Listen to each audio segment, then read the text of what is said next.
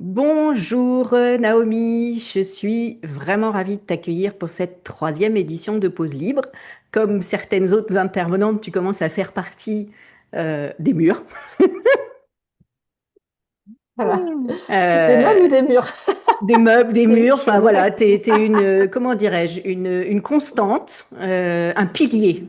Ça, c'est un bon truc, ça. Oh, Un pilier. Naomi est un ça pilier de Pause me Libre. touche. Merci. Alors, le thème de cette En édition, tout cas, c'est toujours c'est un plaisir de venir. ah bah, c'est toujours un plaisir de t'accueillir, de t'inviter, de t'avoir. Enfin bref, on est habitué, hein. De toute façon, on se voit aussi dans ton sommet la semaine qui précède. Voilà, et je pense que dans les personnes qui nous regardent, il y en a qui nous suivent toutes les deux. Donc, elles voient bien qu'on télescope nos interviews et nos sommets depuis maintenant bientôt 2 ans, je crois. Donc, voilà. Alors, le thème de cette édition, c'est donc retrouver son énergie, apaiser son esprit avec l'objectif de sortir de l'épuisement et redevenir toi. Et l'idée de ce sommet, eh bien, c'est d'offrir aux femmes une respiration avant la fin de l'année, un espace pour souffler, pour se reconnecter à elles-mêmes et trouver des clés concrètes, tant qu'à faire, pour alléger leur quotidien.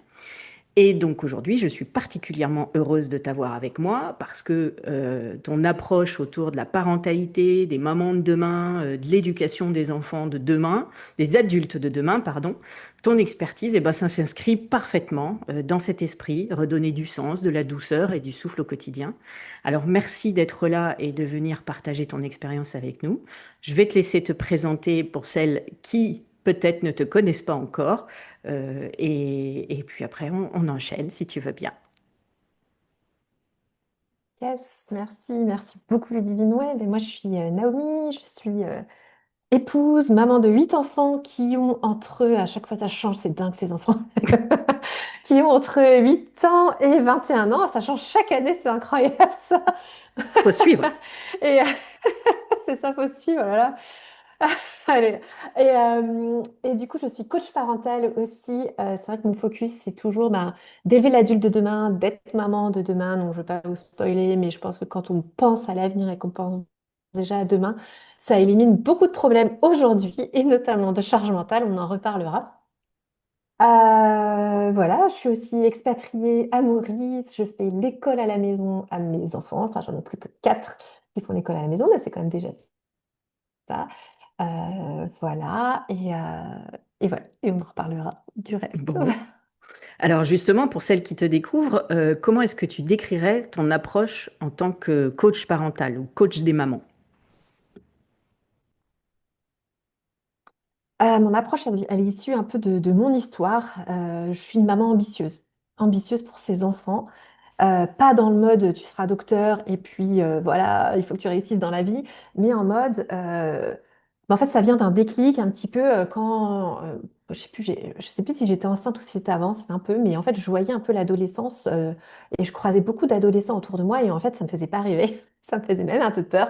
En me disant, mais qui sont ces ados qui, eh ben, en fait, trouvent que c'est cool d'humilier l'autre et qui pensent qu'on existe en rabaissant l'autre, qui font de l'irrespect un truc cool, qui trouvent que eh bien, se moquer et avoir harcelé les autres, eh ben, c'est quelque chose qui va nous faire monter. En fait, moi, ça me répugnait complètement et je me suis dit, mais qu'est-ce qu'on va devenir dans notre société si ces adultes-là, ces enfants-là, pardon, deviennent adultes, en fait. Et du coup, moi, j'avais vraiment très envie, et je crois que c'est aussi le cœur de beaucoup de mamans, de transmettre des valeurs fortes à mes enfants, de transmettre le respect, la bienveillance, de les équiper aussi, c'est parce qu'il ne s'agit pas que de vouloir avoir cette vision-là, il s'agit de savoir comment on la met en pratique, en fait, au quotidien. Et puis, euh, et puis du coup, en fait, j'assume aujourd'hui que j'étais ambitieuse et je suis toujours ambitieuse dans ce que j'ai envie de transmettre à mes enfants. D'ailleurs, je crois aussi qu'aujourd'hui, si on ne fait pas d'enfant et qu'on n'y voit pas dans la maternité un certain épanouissement, c'est aussi parce qu'on l'a réduite à un rôle d'exécutante. Et je pense que quand on devient maman et qu'on n'est que exécutante, en fait, on enlève notre essence, en fait, on enlève notre vision et notre sens qu'on peut donner à la maternité. Et du coup, en fait, d'avoir cette vision et cette ambition forte pour mes enfants, moi, ça m'a permis vraiment de m'épanouir en tant que maman. Je suis restée maman à la maison pendant 19 ans. Alors, on verra que ça n'a pas toujours été simple, hein. C'est pas parce qu'on a une ambition et une envie que Que pouf, c'est tout va facile? très bien. Parce qu'on peut si... qu'on peut s'y perdre aussi. D'ailleurs, j'en parlerai, je me suis complètement perdue dans la charge mentale notamment. Mais en fait, je trouve que justement, en fait, de cette approche de dire, mais en fait, qu'est-ce qu'on prépare demain? Ben, ça me permet d'être à jour finalement sur ce que j'ai envie de faire aujourd'hui. Et ça nous permet de donner un sens aussi à notre vie de maman, beaucoup plus que ben, est-ce que je change les couches. Alors oui, j'ai entendu dire, ah, il faut trouver du sens dans le fait de changer les couches. Alors oui, ça m'a aidé, hein, je vais pas dire que ça m'a pas aidé, mais pas sur le long terme. Ouais. Soyons honnêtes, ça m'a pas aidé sur le long terme. Et du coup, c'est un petit peu cette approche-là que j'ai de redonner ce sens, redonner cet impact qu'on a en tant que maman qui a souvent été volée Mm, bah, par beaucoup de gens. Voilà. mm. Ok, très inspirant de partir comme ça des enfants de demain et de ce constat que tu as pu faire dans les jeunes que tu as pu croiser. Si on t'a reparlé de charge mentale, parentale, je peux rajouter, selon toi aujourd'hui, pourquoi autant de mamans finissent épuisées, même quand elles font tout comme il faut? Je mets des guillemets, tout comme il faut. Euh, pour moi, j'y vois plein de choses. J'y vois que, en fait, excusez-nous, c'est la minute des femmes où je vais nous envoyer des Bah, fleurs. on est là pour ça. On est là pour ça. C'est que je pense que enfin, les femmes, elles ont une grosse capacité de se remettre en question. Elles ont une intelligence émotionnelle incroyable. Elles ont vraiment quelque chose qui fait qu'elles ont envie au fond, de transmettre et de transmettre bien et d'avoir un peu cet impact quelque part. Mm, Et en fait, en voulant avoir cet impact, on se remet énormément en question. mm, Sauf que on a toujours tendance à être un petit peu au-dessus de ce qu'on croit qui est réaliste. Et que si on n'arrive pas à notre idéal, et ben en fait, on a un petit peu, enfin en tout cas moi, hein, c'était ah ben j'ai tout raté. Voilà. ouais. Sauf qu'entre l'idéal et le tout raté, il y a quand même un gros espace où on arrive à naviguer et où c'est OK en fait, et où on peut faire la paix avec dans cet écart-là. Mm. Donc il y a ça, je dirais, ce fait qu'en fait, si on n'atteint pas l'idéal, eh bien, C'est on a forcément pas l'impression de bien. rater. Voilà, donc ça c'est une bonne chose parce que ça veut dire que vous êtes ambitieuse et que vous avez envie de réussir. Mais c'est mauvais parce que bah, comme on se remet en question et qu'on a envie du meilleur pour nos enfants, parce que c'est jamais l'amour, le manque d'amour le problème, Mm, c'est souvent au contraire peut-être c'est une notion d'amour qui est un peu sacrificielle. Donc c'est le mm, deuxième point, c'est qu'on a tendance à penser qu'on doit tout combler. On a mm, tendance à penser que ça repose sur nous. Et que, troisièmement, je pense qu'il y a aussi une notion de responsabilité. Ça, c'est vraiment quelque chose que je travaille avec mes clientes très souvent. C'est qu'est-ce qui est de ma responsabilité et qu'est-ce qui est de la responsabilité de mon enfant. Et mm, souvent, on va porter des choses qui ne sont pas de notre responsabilité.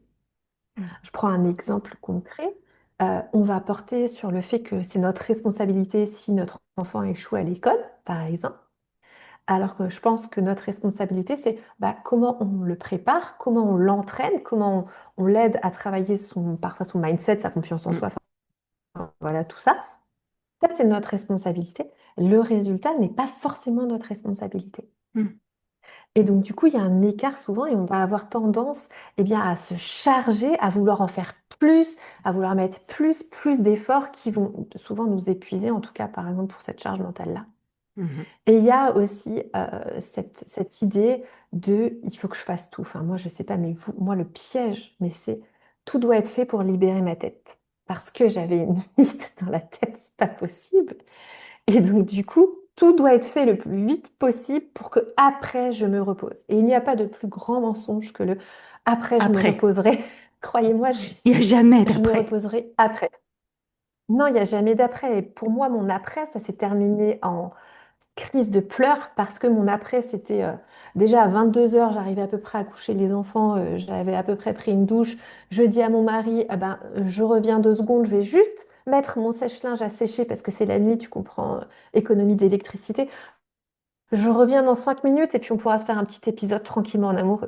Je ne revenais pas dans 5 minutes parce que entre ma chambre où j'avais mon mari et le sèche-linge, eh ben, il y a des peluches, il y a un morceau de puzzle, il y a un verre ou deux à laver. Ah, il y a un truc qui traîne. Ah bah ouais, il y a ma vitre, il y a un petit peu de chocolat, ma plaque de cuisson. Je sais que demain matin, si je me lève et que je vais vouloir faire chauffer je sais pas quoi, ben en fait, je serai pas contente parce que ma plaque de cuisson sera pas propre. Et je dis non, mais c'est pour demain, pour démarrer ma journée mieux. Quel mensonge on peut se raconter. Et du coup, non, bien évidemment, je ne revenais jamais dans 5 minutes, je revenais plutôt dans 1 heure et demie. Voilà, donc non, on ne se repose jamais après, ce n'est pas vrai, en fait, c'est pas vrai, c'est vraiment un début. Et je Moi, pense que la là, prise de conscience, ouais. là, ça parle énormément, enfin, à beaucoup, beaucoup de femmes qui nous regardent.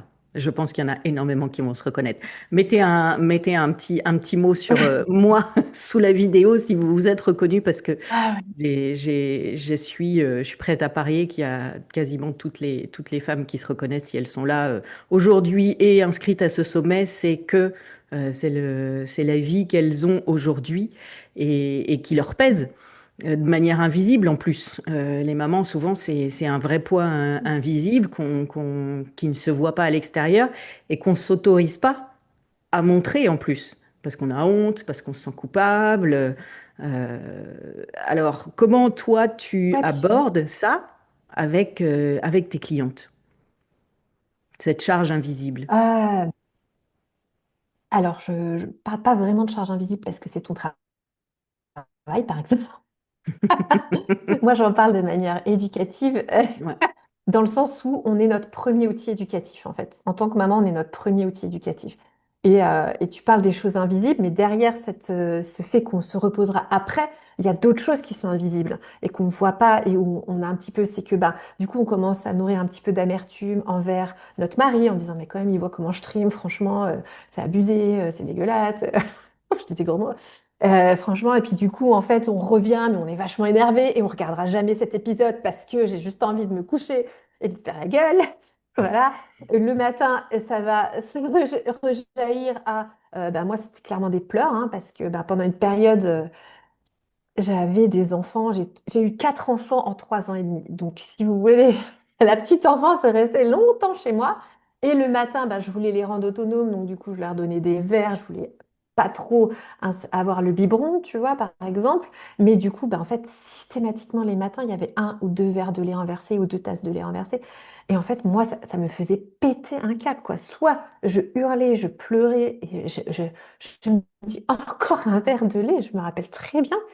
Soit en fait, eh ben en fait, je- j'en voulais à mes enfants. Je l'exprimais pas, mais j'en voulais à mes enfants en me disant, mais comment c'est possible en fait qu'ils fassent pas attention? Parce qu'en fait, chaque petite chose venait presque physiquement contre moi, Ouais. m'agresser en fait.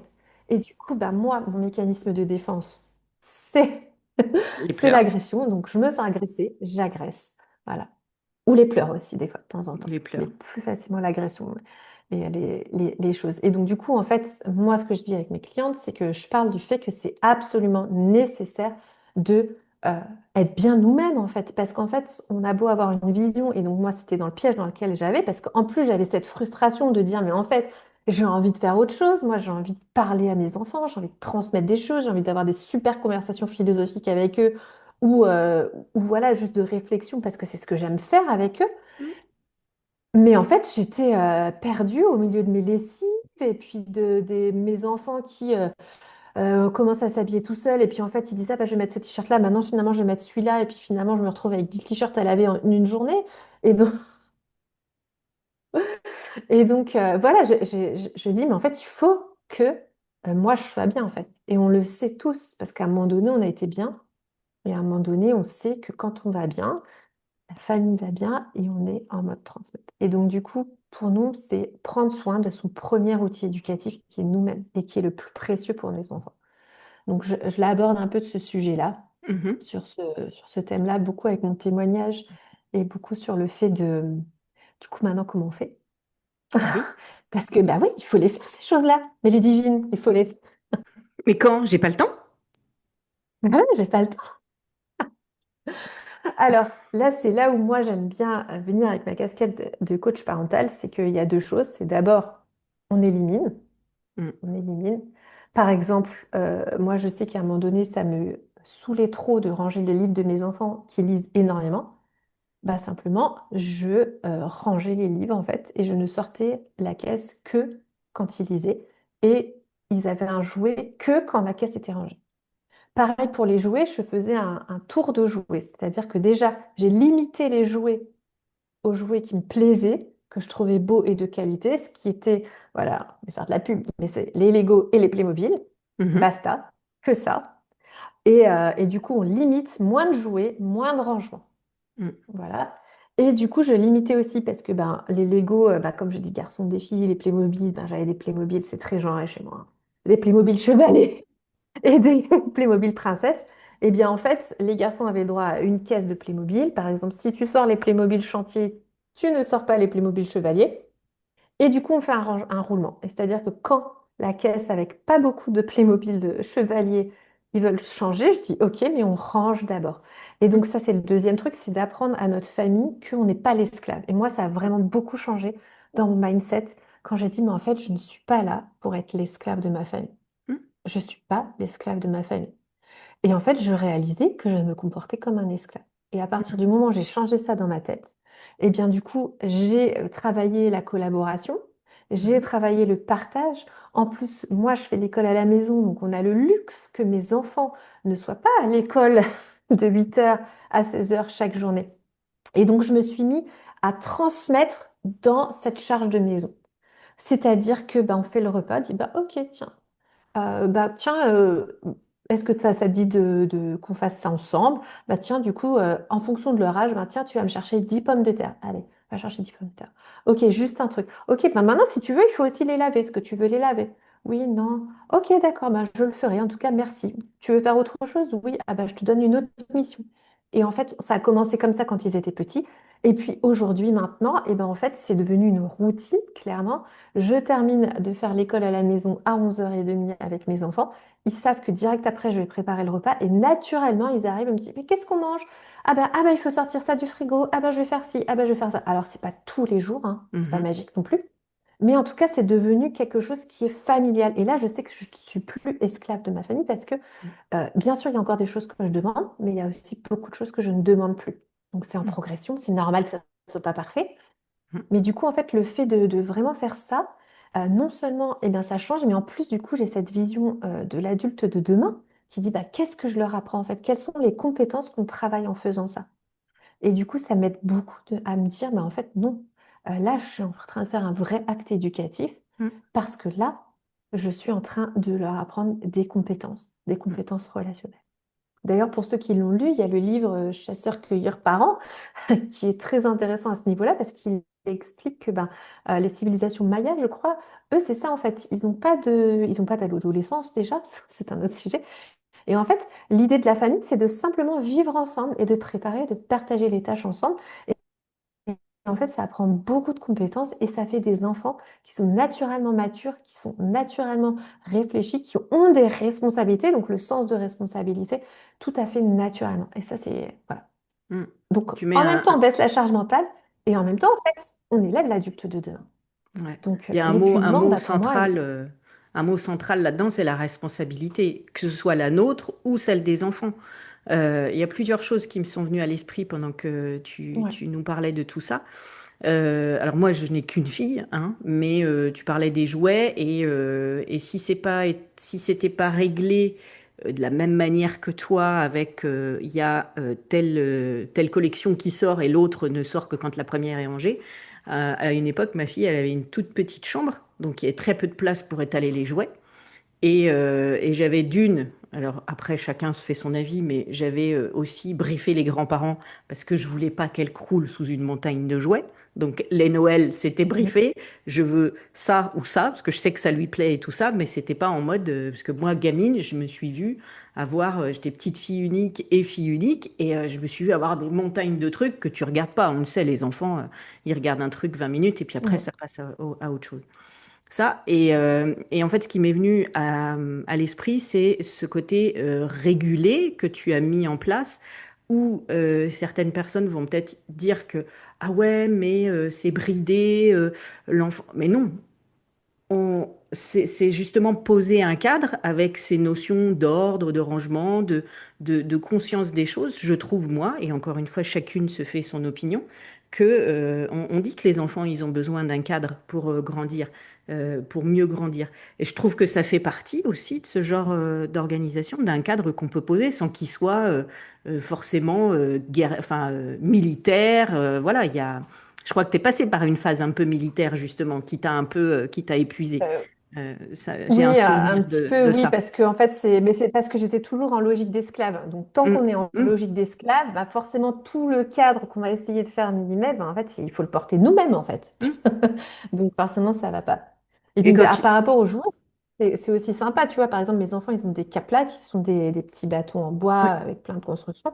Bah, des fois, ils ont envie de les avoir avec les Playmobil chevaliers. Mais du coup, il suffit de dire, bah, oh, je suis ouvert à ça, mais alors, du coup, comment on fait pour quand il faudra ranger? Jusque quand? Et en fait, on mm, discute et on va responsabiliser l'enfant. On va créer un accord avec lui en disant, bah, OK, tu sais qu'il faut que ça soit rangé à un moment donné. Quand est-ce qu'on fait ça? Comment est-ce que ça va faire? Ça veut dire que ben, il y aura deux jouets à ranger dans deux caisses différentes. mm, Et donc, on va dire ça. Et puis, ben, quand c'est pas réglé, tu dis, ah ben ouais, mais là, tu veux changer de jouet, ok, très bien, mais là, tu vois, je vois des caplas dans les Playmobil. Donc, qu'est-ce qu'on avait dit? Et du coup, on le rappelle à sa mm. responsabilité, à ce qu'il avait pris en place. Et C'est du ça. coup, ça nous permet aussi de, voilà, d'être soft aussi. On n'est pas, voilà, besoin d'être- Les enfants, ils ont aussi leur créativité, quoi. Puis de toute façon, ils vont la Est-ce trouver. que, est-ce que l'image aussi de la maman parfaite, et encore une fois, je mets des guillemets, c'est pas justement de tout porter et ce qui amène à ce côté où on n'ose pas, où on déresponsabilise les enfants, alors que très jeunes, et toi tu l'as vécu, on peut les responsabiliser sur des petites choses. Tu parlais d'aller chercher des pommes de terre. J'imagine à peut-être 3 ans, il sait ce que c'est une patate. Tu lui montres où c'est, il n'y a pas d'escalier, il peut très bien aller chercher, même si c'est 5 fois 2 patates parce qu'il a que des petites mains, ça peut tout à fait amener à participer. Et je pense qu'aujourd'hui, il y a peut-être un manque et c'est là que tu interviens, un manque de connaissances ou d'oser responsabiliser plus les enfants. Oui, et puis aussi, il y a parfois notre contrôle aussi, parce que Et comme oui, on est épuisé, on a envie d'économiser notre énergie. Et quand il s'agit de former bah, un enfant, parce que eh forcément, il ouais, va falloir le former, aller ouais, chercher les pommes de terre, mm, parce que bah, peut-être que, je sais pas, elles vont tomber, peut-être qu'il y aura elles seraient pleines de terre ou j'en sais rien, et mm, que mm, du coup, il faudra passer la balayette derrière, et que du coup, mm. voilà. Bah, du coup, ça prend une certaine énergie mentale. Et parfois, le piège dans lequel on peut tomber, c'est bah, ce sera plus vite fait si c'est moi qui le Si fais. c'est moi. Mm. Ou ça sera plus ou plus simple et j'aurai moins de travail si c'est moi qui le fais. Mais là, du coup, c'est encore une fois où je dis, ben, en fait, on va voir ça à long terme.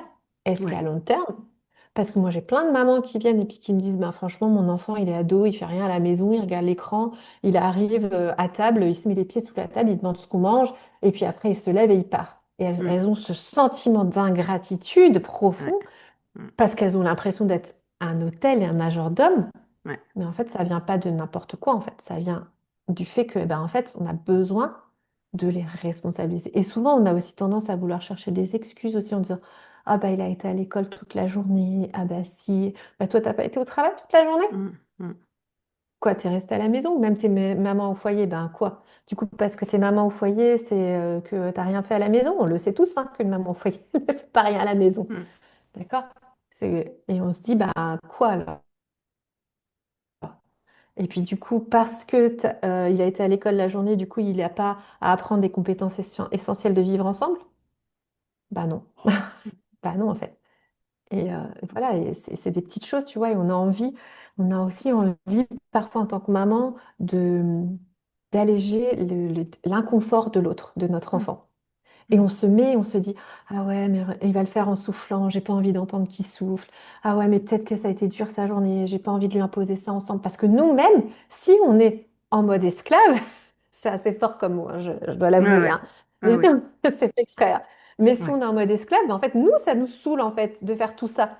Et donc, Ouais. du coup, on va projeter notre propre Oui. émotion sur notre enfant.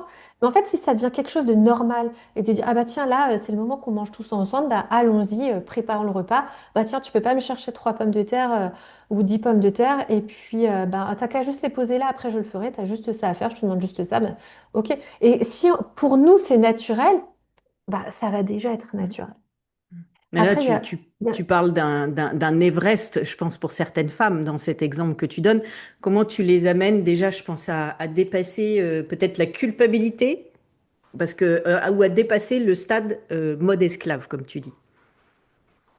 alors, pour moi, il y a quelque chose de très culturel papa, maman, si vous me regardez, désolée, c'est pas contre vous. Sorry. Mais bah, non, mais je vais pas les critiquer, mais c'est Mais non. simplement que, par exemple, moi, j'ai été élevée par des gens d'une certaine génération qui ont aujourd'hui Hmm. 75, 76 ans, où quand ils faisaient des enfants, c'était comme si c'était un privilège pour eux et que les enfants leur devaient leur rendre beaucoup de choses en retour. Hmm. Donc, bah voilà, on a été élevé en mode, bah voilà, il y a beaucoup de légitimité, de loyauté envers les parents. Moi, mon père, par exemple, il a développé une relation avec moi et mes frères qui est uniquement basée sur le service. Hmm. C'est-à-dire que bah, si tu viens chez moi me rendre visite, il faut que tu sois utile. Il n'y a pas de juste une discussion pour apprendre à se connaître. C'est pas comme ça. C'est parce qu'en fait, Ok. eux, ils ont été élevés comme ça. Et en mode, bah, en fait, tu me dois, tu es redevable parce que je t'ai donné la vie. Et nous, on est cette génération où on a justement fait des enfants pour leur propre vie Hmm. et où on veut qu'ils s'épanouissent eux-mêmes dans leur domaine, dans leurs choses comme ça.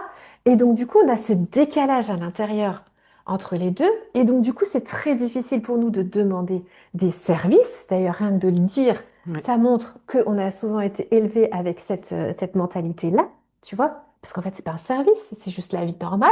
C'est Ouais. juste bah, ta part parce que tu es vivant, donc tu respires, donc tu manges, donc tu bois, donc tu as du linge sale. Ça ne veut pas dire que je te punis et que voilà. Ouais. Ça ne veut pas dire que tu dois m'être redevable, etc. Je fournis tes besoins, mais voilà, c'est simplement la vie et on se gère. Et en fait, du coup, je pense qu'il y a cette paix à faire entre notre propre éducation qu'on a eue, l'éducation qu'on veut donner qui est chouette, hein. Moi, je suis pour hein, qu'on élève les enfants pour eux-mêmes et Hmm. pas pour nous-mêmes et qu'on les aide à se développer, à s'épanouir, trouver leurs dons, etc. Mais déjà d'avoir conscience ben, de cet écart entre nous deux, entre ce qu'on a eu nous comme éducation et celle qu'on veut donner, ben déjà ça va nous aider à remettre peut-être ces mots justes en disant ben, ce que nous on voyait peut-être en tant qu'enfant comme ben, en fait on est les esclaves de nos parents parfois, la main-d'œuvre gratuite, hein, Hmm. et qu'on devait leur rendre et que nous on a dit ben non on veut pas ça, ben en fait remettre les choses à l'endroit. Est-ce que c'est vraiment avoir de la main-d'œuvre gratuite que de faire contribuer les enfants? Deuxième chose, les enfants, c'est un besoin naturel, comme nous, adultes, de contribuer et de se sentir appartenir à la famille. Ils ont besoin de ça, en fait. Ils ont Hmm. besoin de ça pour développer leur confiance, pour développer ce sentiment familial, pour développer leur sens dans la famille, où ce n'est pas que des consommateurs. Donc, en fait, c'est vraiment leur rendre service, de montrer l'impact. Alors, on va pas non plus les louer et puis se mettre voilà, à À genoux genoux. parce qu'ils ont été Hmm. chercher 10 pommes de terre. Mais par contre, l'idée, c'est de vraiment dire, mais franchement, voilà, ça fait partie de cette structure familiale qu'on construit et il en est un membre en fait. Hmm. Et nous, en tant que membres, en tant que parents, on va prendre soin de lui. Et lui, c'est une manière aussi de prendre soin de la famille. Et on va pas venir avec des mots, ah, tu pourrais quand même faire ça pour moi, hein. Non, c'est Hmm. pas ça l'idée, hein. L'idée, c'est de dire, bah, ok, c'est cool, merci, parce que franchement, on est trop content de se réjouir avec un repas qui est prêt à l'heure parce que tu as été chercher les 10 pommes de terre, par exemple. Hmm. Simplement ça. Et merci. Merci pour ce que tu as apporté à la famille. Pas merci, moi, je te dis merci, merci parce que tu m'as aidé, mais merci Oui. pour ce que tu contribues. Oui, ce que tu contribues à la communauté, au foyer.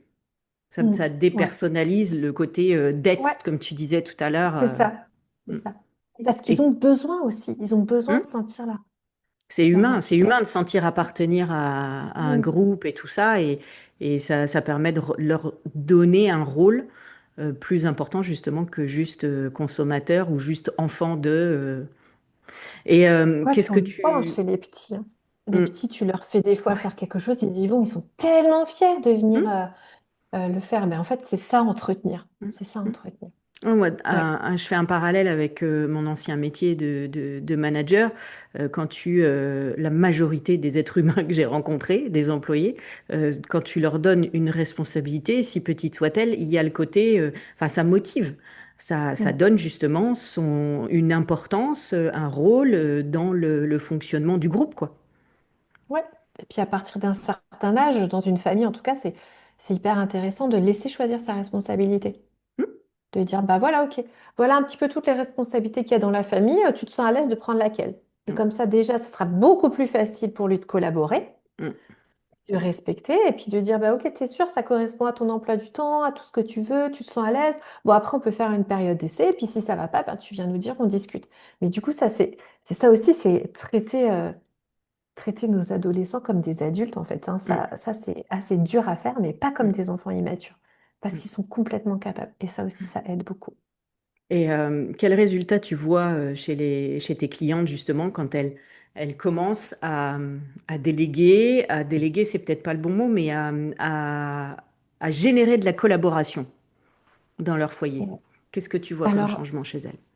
alors moi, quand je travaille avec mes clientes, on travaille d'abord en premier sur ce que j'appelle leur boussole éducative.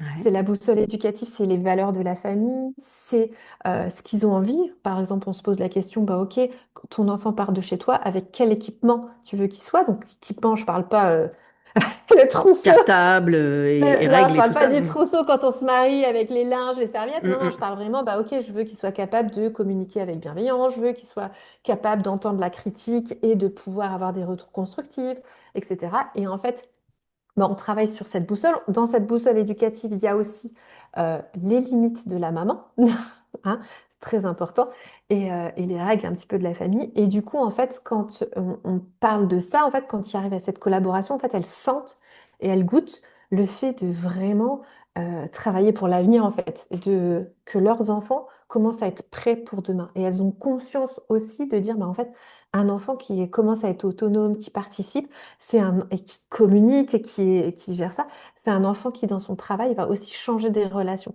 C'est un enfant qui va aussi collaborer. Si son enfant communique bien, il se dit, ben voilà, dans son travail, ben, je ne vais pas faire un enfant qui va être un harceleur, par exemple, mais qui sera plutôt quelqu'un qui va chercher la collaboration.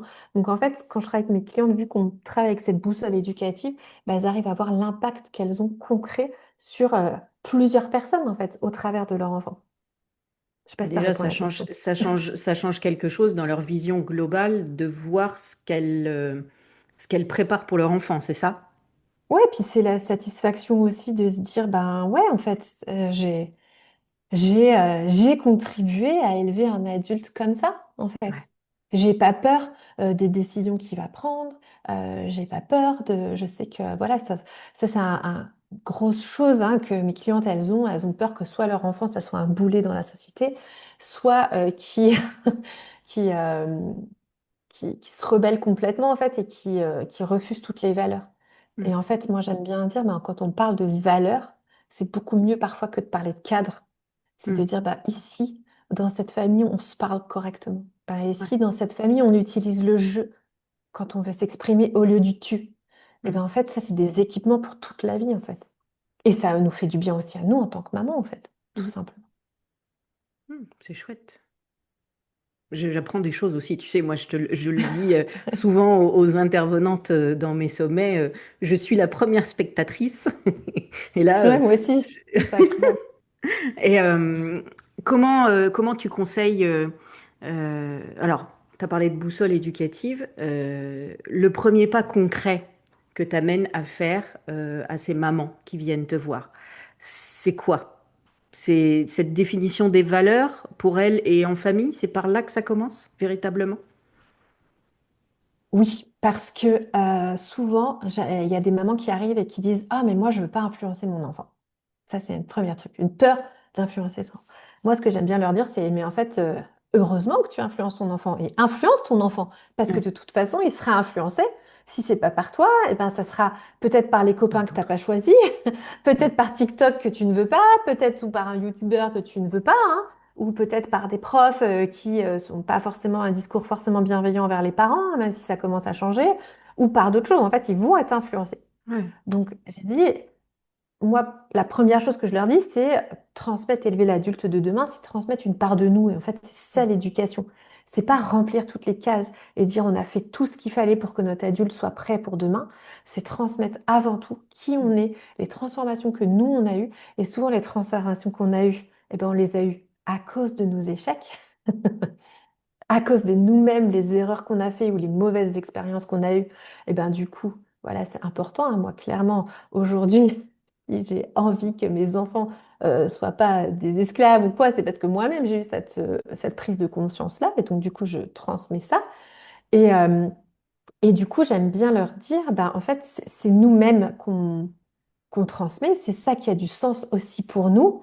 Et donc, du coup, une des premières choses, c'est de ne pas avoir peur des erreurs, en fait. Mm. Parce que ce que je dis derrière ça, c'est notre erreur est éducative, notre Complètement. réparation est éducative.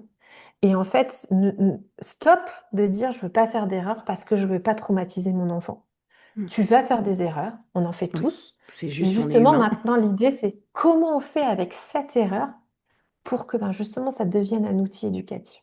Mm. Et c'est souvent ce qu'on fait de nos erreurs qui est beaucoup plus éducatif, qui est beaucoup plus impactant pour nos Mm. enfants que soit de minimiser notre erreur en disant oui, enfin c'est bon, t'as compris ce que je voulais dire ou ah Mm. ouais, non, mais franchement, si t'avais écouté 2 secondes, bah, on n'en serait pas là.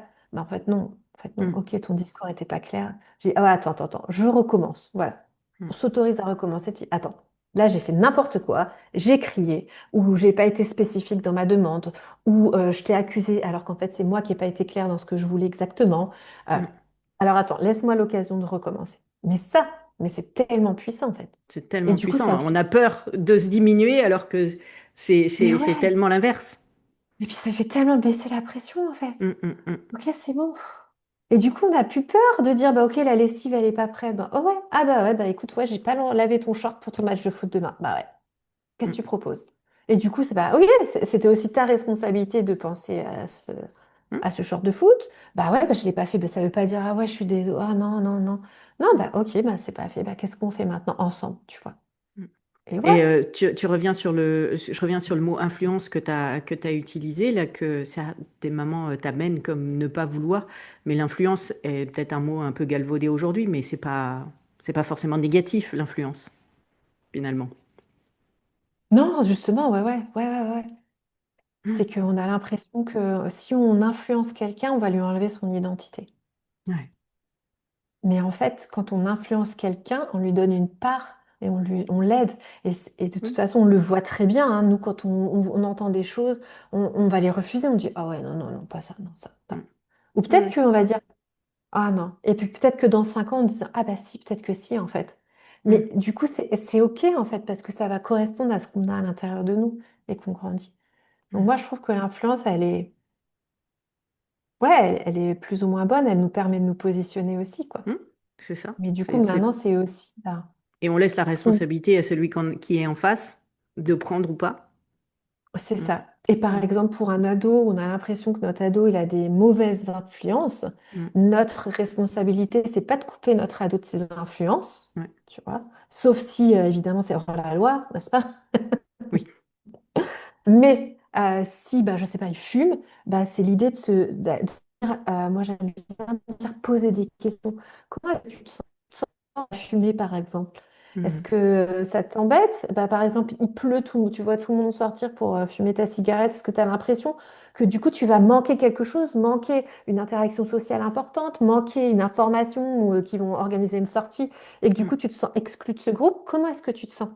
Est-ce mm, que c'est pour ça que tu fumes, tu vois? mm. Ou que tu as envie de fumer, tu vois? Et en fait, on vient l'aider à se découvrir au travers de ça et de se connaître.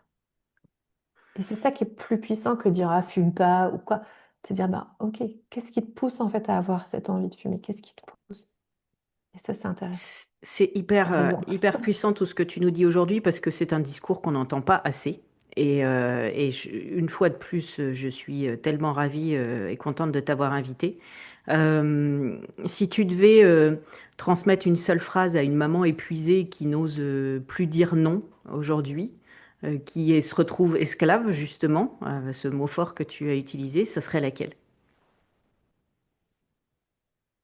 Euh, J'aurais envie de faire ce que mon mari a fait avec moi.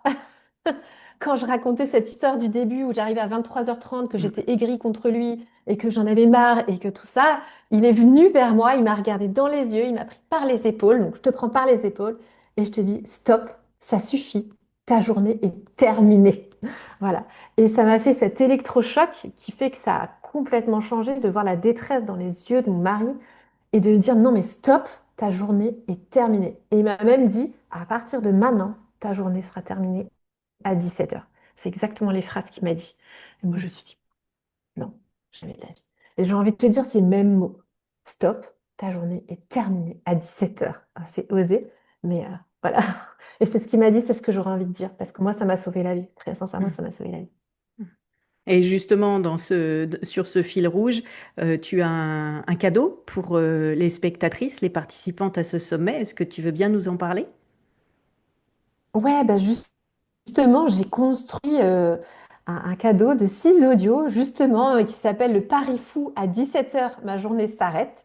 Donc, le Pari fou, c'est d'arrêter 2 fois par semaine à 17h sa journée. Et donc, je vous emmène avec moi dans mon histoire, vous en avez écouté un petit bout, dans des petites actions actionnables chaque jour pour arrêter sa journée.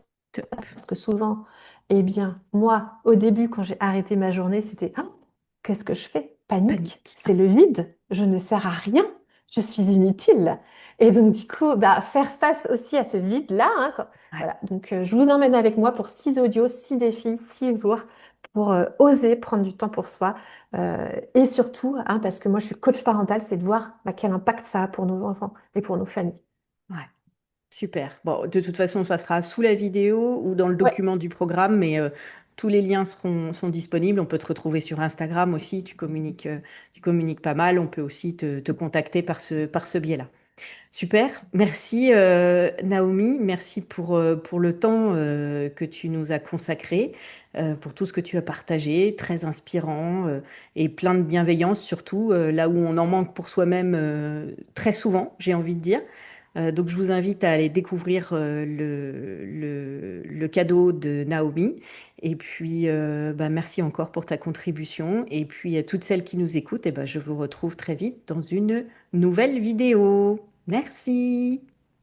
Au revoir, merci les divines.